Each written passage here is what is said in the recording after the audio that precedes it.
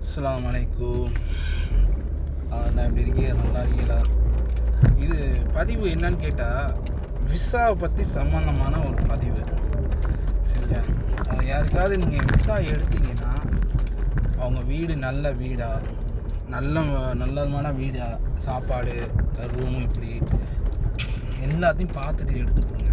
சரியா? சில பேருக்கு ரூமு சரியில்லை, சாப்பாடுக்கு அவங்க காசு கொடுத்தாலும் சமைக்க முடியல, டியூட்டி வந்துக்கிட்டே இருக்குது, என்ன அந்த மாதிரிலாம் வீடெலாம் இருக்குது. நான் ஏன் இந்த பதிவை போடுறேன்னா, என்னோடய இதில் நடக்குது, அது யாருக்கும் அந்த மாதிரி ஆகிடக்கூடாதுங்கிறதுக்காகத்தான் இந்த பதிவை நான் போடுறேன். சரியா? சாப்பிட கூட நேரம் இருக்காது, சமையல் பண்ண நேரம் இருக்காது, என்ன அப்படியே கண்டினியூவாக வேலை பார்த்துக்கிட்டே இருக்கணும். நைட்டு தூக்கம் நிம்மதியான தூக்கமும் கிடையாது. அதனால் தயவு செஞ்சு ஒரு ஆளுக்கு விசா எடுக்கிறந்தா, வீடு நல்ல வீடாக இருந்தால் தயவு செஞ்சு எடுத்து விடுங்க.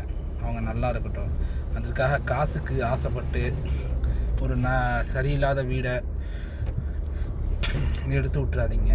பெண்களுக்காக இருந்தாலும் சரி, ஆண்களுக்காக இருந்தாலும் சரி, 2 பேருக்காக இருந்தாலும் சரி, நல்ல வீடாக இருந்தால் கண்டிப்பாக அவங்களுக்கு உதவி செய்யுங்க.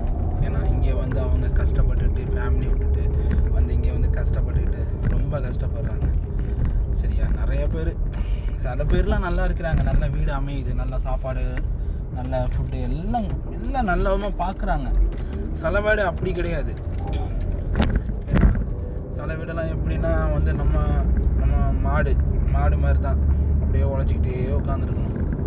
என்ன அதனால் உங்களால் முடிஞ்சால் நல்ல வீடாக இருந்துச்சுன்னா, அந்த காசு வாங்குறீங்க, ஒரு உதாரணத்துக்கு இந்தியா காசுக்கு 30,000, அப்புறம் ஸ்ரீலங்கா காசுக்கு 4 லட்சம் 5 லட்சம்லாம் வாங்குங்க. ஒரு குறிப்பிட்ட தொகையை மட்டும் வாங்க. எல்லோரும் வந்து ஒரு கஷ்டத்துக்காகத்தான் இங்கே வராங்க. என்ன முடிஞ்ச அளவுக்கு ஒரு உதவியாக பண்ணுங்க. ஆனால் உதவியும் பண்ணுங்க, கண்டிப்பாக வந்து அவங்களுக்கு நல்ல வீடாக இருந்தால் மட்டும் அமைச்சு விடுங்க. சரியா? நிறையா பேர் ரொம்ப கஷ்டப்படுறாங்க, அதை நினச்சா ரொம்ப வேதனையாகவும் இருக்குது.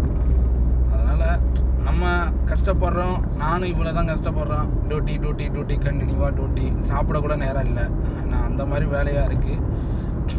நம்ம கஷ்டப்படுற மாதிரி யாரும் கஷ்டப்படக்கூடாதுன்னு தான் இந்த பதிவை நான் போடுறேன். ஏன்னா வந்து இந்த பதிவை பார்த்து நீங்கள் உங்களால் முடிஞ்சால், ஒருத்தவங்க சொல்கிறாங்க வீடை பாருங்கள், நல்ல வீடாக இருந்துச்சுன்னா ஒருத்தவருக்கு விசா கொடுங்க.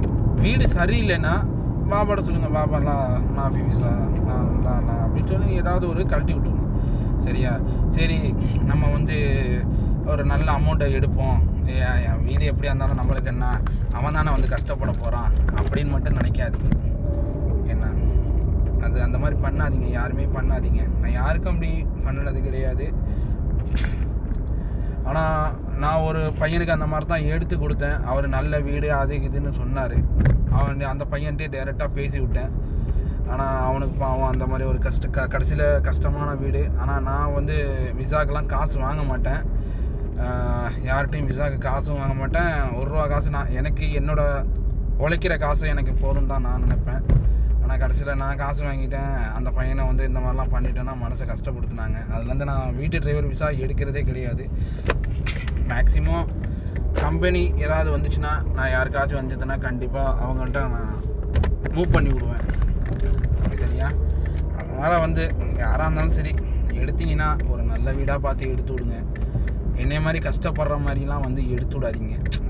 உன்னடா ஊர்லேயும் கஷ்டம், ஊர்லேயும் நிம்மதி இல்லை, இங்கே வந்தாச்சு நிம்மதியாக இருக்கலான்னு பார்த்தா இங்கேயும் அந்த மாதிரி இல்லை. அப்படியே ரொம்ப கஷ்டமாக இருக்குது. காலையிலேருந்து அப்படியே அலைஞ்சிக்கிட்டு அப்படியே போய்கிட்டு இப்படியே ஓடிக்கிட்டு இருக்கு. அதனால தான் நான் சொல்கிறேன், யாராக இருந்தாலும் இந்த பதவியை கேட்டு நீங்கள் யாருக்கா உதவி செய்கிறதா நல்ல விதமாக உதவி செய்யுங்க. நம்மளும் கஷ்டப்படுறோம், அடுத்தவங்களும் கஷ்டப்படணும்னு நினைக்காதீங்க. நம்ம தான் கஷ்டப்படுறோம், அடுத்தவங்க நல்லா சந்தோஷமாக இருக்கட்டும், அதை நினைங்க. ஓகேவா? ஓகே, அஸ்ஸலாமு அலைக்கும்.